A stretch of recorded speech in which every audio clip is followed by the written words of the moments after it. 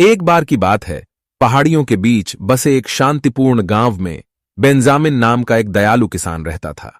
वह अपनी उदारता, करुणा और दूसरों की मदद करने की इच्छा के लिए पूरे गांव में जाना जाता था।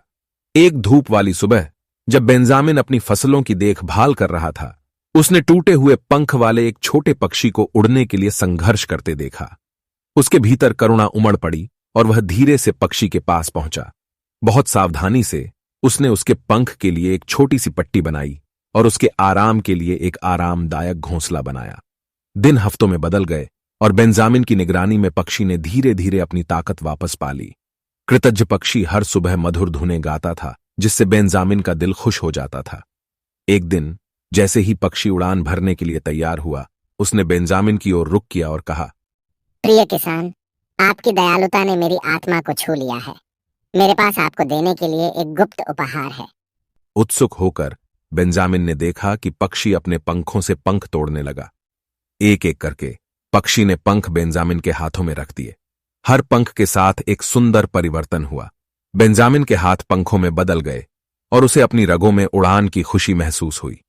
कृतज्ञता से अभिभूत होकर बेंजामिन ने पक्षी को धन्यवाद दिया और आकाश में उड़ गया। वह गांव के ऊपर से उड़कर उन लुभावने परिदृश्यों को देखकर आश्चर्यचकित हो गया, जो हमेशा उसकी नजरों से छिपे हुए थे। जमीन पर मौजूद लोग आश्चर्यचकित रह गए जब बेंजामिन ने अपने नए पंख फैलाकर उनके ऊपर से शानदार ढंग से उड़ान भरी। उस दिन के बाद से बेंजामिन ने उड़ान के अपने उपहार का उपयोग गांव की और भी अधिक सेवा करने के लिए किया। वह खोए हुए जानवरों को खोजेगा, थके हुए यात्रियों का मार्गदर्शन करेगा और सूखे खेतों में बारिश लाएगा। वह आशा और प्रेरणा की किरण बन गए और सभी को याद दिलाया कि दयालुता के एक छोटे से कार्य से उल्लेखनीय परिवर्तन हो सकते हैं।